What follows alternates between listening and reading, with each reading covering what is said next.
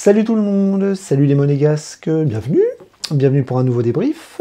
Alors on va parler de la 27e journée de Ligue 1 et le déplacement à Metz. Alors comme vous le savez tous, c'était la trêve internationale, la maudite trêve internationale, les 15 jours extrêmement longs quand on supporte un club. Et en plus, pour l'équipe de France, c'était des matchs qui ne servaient à rien, des matchs amicaux, une défaite contre l'Allemagne, une victoire laborieuse contre le Chili, sans Maripane, malheureusement. Et donc c'était long, c'était très très long, et on n'avait qu'une seule envie, c'était d'attaquer la dernière ligne droite, pour voir si Monaco va atteindre son objectif, qui est le podium, les 3 premières places, la Ligue des Champions, et voilà. Et pour rendre heureux les supporters, c'est ça qu'on attend, mais il va falloir battre beaucoup d'équipes pour arriver à cet objectif. Donc la trêve internationale, on reprenait un petit peu le championnat facilement parce que le déplacement à Metz c'était quand même un match qui devait être facile, notamment à l'extérieur. On sait que Monaco est meilleur à l'extérieur et on se devait de gagner là-bas pour bien reprendre parce que derrière Metz, on va avoir un enchaînement de matchs très difficile et c'est là que va se jouer le podium, c'est là que va se jouer la Ligue des Champions. Voilà, clairement. Donc pour ce faire, on avait un contexte qui était plutôt favorable parce que pas mal de blessés étaient revenus. Il y en avait des nouveaux, malheureusement, c'est-à-dire qu'on a encore une infirmerie plutôt pleine avec des joueurs importants. Zakaria était suspendu, donc Camara était toujours pas rétabli. Maripane était donc blessé avec le Chili, avec le genou. Et Caio Henrique, lui, est toujours convalescent, mais Mbolo, lui, ça y est de retour. Et enfin dans le groupe. Alors il ne peut pas jouer, hein, à 18h a dit qu'il serait là mais qu'il ne jouerait pas. Mais ça fait plaisir de le revoir sur le banc parce qu'il nous a beaucoup manqué. Donc 4 absents, un groupe plutôt étoffé parce que Salissou finalement était de retour, Ouattara aussi. On avait quand même des joueurs qui étaient revenus et ça c'était une bonne chose pour à 18h. Donc la compo est tombée à 4h, on avait quelques surprises oui et non, parce qu'on n'avait pas de Salissou, mais globalement on avait des retours de titularisation, notamment avec Jacobs côté gauche, Vanderson côté droit, Majeki dans les buts, défense centrale, Singo, Kerrer un peu bricolé mais assez évident. Comme il nous manquait Camara et Zakaria et on n'avait qu'un milieu défensif qui était Fofana, et c'est Golovin qui a joué à côté de lui, il est redescendu un petit peu, et devant une attaque à 4 avec 3 milieux offensifs, Ben Seguir, Akliouche, Minamino et Ben Yedder devant, donc Balogun sur le banc. Le banc a donc été un petit peu plus intéressant, et donc on avait un 11 titulaire qui se devait de gagner contre Metz, la lanterne rouge. Oui, si je dis pas de bêtises, c'est la lanterne rouge. Donc, on l'a fait, on a gagné. Ça a été un match bizarre, ça a été un match prolifique en but. Monaco s'est très vite mis à l'abri. En gros, le match s'est clôturé en 15 minutes. C'est-à-dire qu'en 15 minutes, Monaco va mettre 3 buts. Et après, on va tranquillement dérouler notre jeu sans forcément forcer. Puis en deuxième mi-temps, on va voir un peu de nouvelles lacunes qui sont réapparues parce qu'on partait sur un clean sheet et on va se prendre 2 buts complètement idiots en fin de deuxième mi-temps, mais bon, on va en mettre aussi 2. Donc ça a été un peu un match complètement foufou et Monaco s'est imposé 5 buts à 2. Donc 5 buts à 2, c'est un très bon résultat. On va voir un petit peu, je vous dis, c'est le premier quart d'heure qui a tout changé, c'est-à-dire que très vite, Monaco va monopoliser le ballon dans ce match. Et dans le premier quart d'heure, en fait, on va très vite concrétiser nos rares offensives. C'est-à-dire, dès qu'on va rentrer dans la surface de réparation, on va mettre les buts. Donc le premier, c'est Minamino, sur le côté gauche. Je crois que c'est Ben Seguir qui se décentre côté gauche, qui va rentrer côté gauche pour donner le ballon à ras du sol pour Minamino, qui va faire un très bon contrôle et qui va frapper en se retournant au premier poteau et qui va mettre le premier but. Donc là, on s'ouvre le match assez facilement très vite, et puis très vite, on va mettre le deuxième but. Akliouche qui va prendre le ballon, qui va remonter tout le terrain et se retrouver face au gardien messin et qui va bien ouvrir son pied et qui va prendre à contre-pied le gardien messin, 2-0. Le match est quasi plié, même si à Monaco, c'est jamais plié avec 2 buts d'avance. Et on va avoir la chance de mettre le 3e but qui va être, je pense, le tournant du match, parce qu'à 3-0, là, Metz va être effondré, on va faire vraiment le break. Et c'est... mince, j'ai un trou de mémoire. Le troisième but va être marqué par Vanderson avec un super ballon de Golovin. Donc côté gauche, en fait, Golovin va voir Vanderson partir sur son côté droit au deuxième poteau. Il va faire un petit ballon enroulé. Et là, Vanderson va frapper plat du pied parfaitement au deuxième poteau et va mettre le troisième but. Donc, premier quart d'heure, 3-0, c'est fini. Monaco va redescendre un petit peu, va maîtriser plus ou moins vers la mi-temps. Et à la mi-temps, on est devant, 3-0, rien à dire. Maintenant, nous, en tant que supporters, on en veut plus parce qu'il faut soigner le goal average. Et on se dit que si on peut en mettre 6 ou 7 comme on l'a fait en 2016, ben, il ne faut pas se priver. Et en deuxième mi-temps, en fait, Monaco va être un petit peu trop brouillon, un petit peu trop lent, un petit peu trop sûr de lui et va un petit peu s'endormir, hein, comme souvent.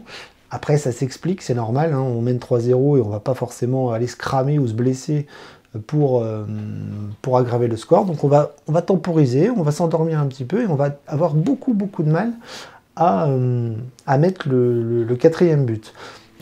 C'est vers la fin de la seconde mi-temps où ça va s'ouvrir un petit peu parce que là on va marquer, il va y avoir 4 buts en 10 minutes, un quart d'heure je crois, et c'est Monaco qui va mettre le quatrième but sur une grosse boulette du gardien, c'est-à-dire que Balogun est rentré, et le gardien va vouloir faire un passement de jambe devant Balogun, et il va se prendre les pieds dans le tapis, et Balogun va taper le ballon qui va aller en lucarne.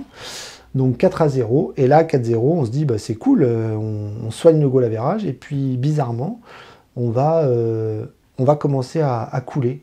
Alors attends, je dis peut-être des bêtises, je ne sais plus si c'est à 3-0 ils reviennent à 3-1, ou c'est à 4-0 qu'ils reviennent à 4-1.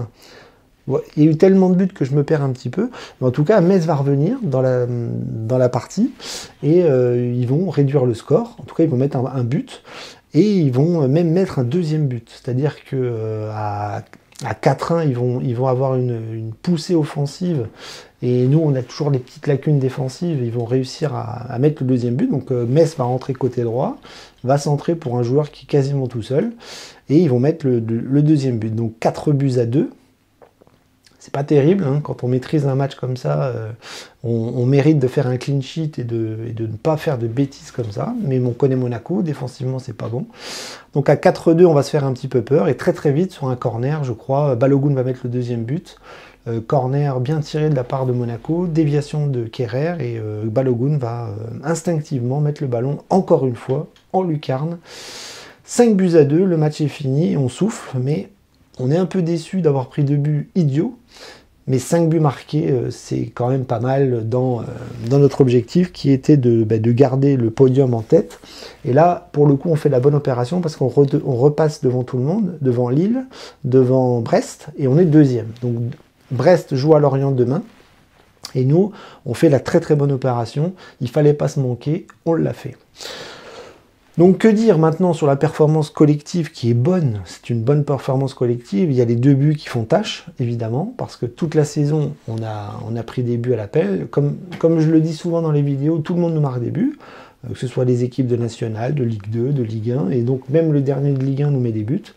On prend 2 buts contre Metz, c'est pas normal, mais bon, voilà, là c'est le talent offensif qui aura parlé cet après-midi, avec les 5 buts marqués par l'équipe.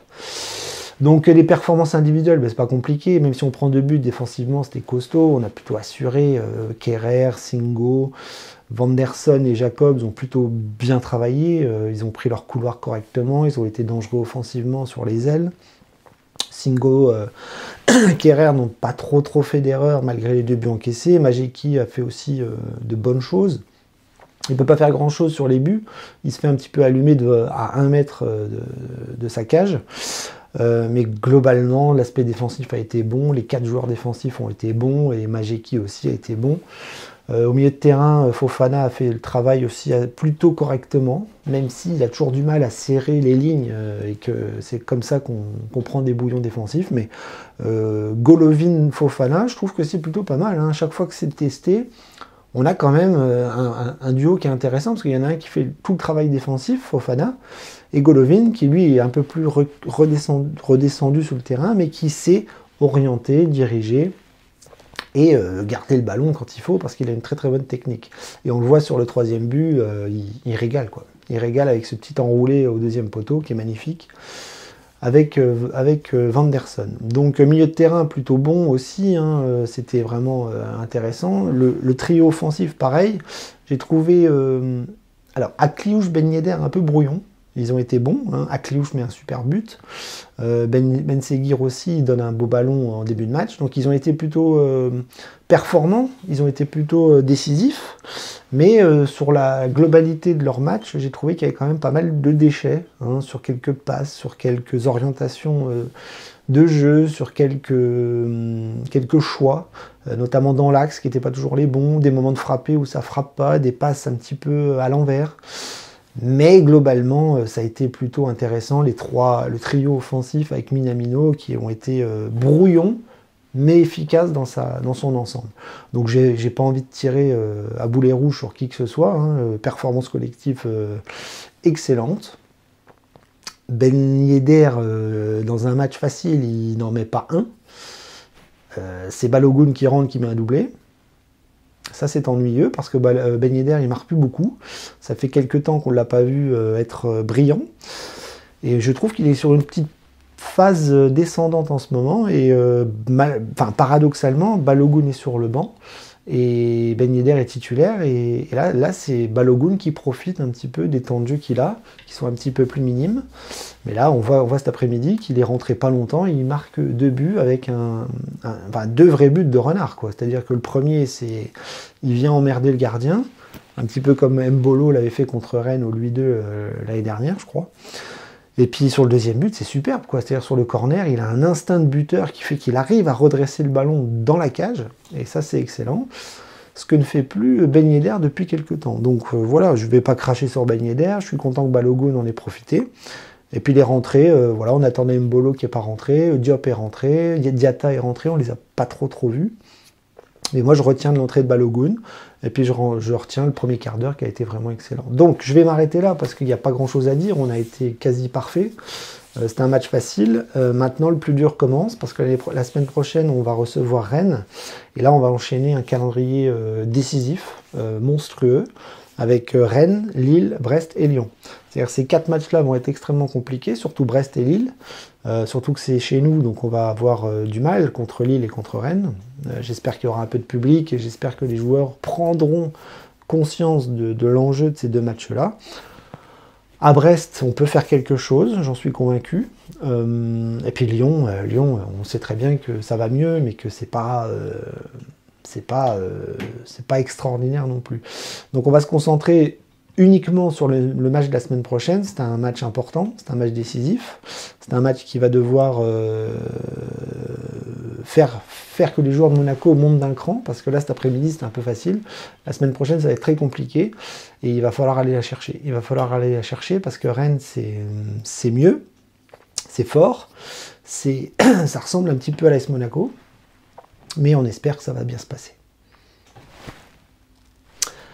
Dague et Monégu, profitez bien de cette belle victoire, c'était logique, mais ça fait du bien de ne pas vivre de fin de match trop stressante, même si c'était un peu moyennasse avec les 2 buts encaissés, mais profitez bien de cette victoire, profitez bien du podium. Si Brest ne gagne pas demain, on reste 2e, et donc la semaine prochaine, il va falloir motiver tout le monde, il va falloir sortir une performance XXL pour ne pas se refaire peur au classement, au niveau du podium. Dague et Monégu, les copains!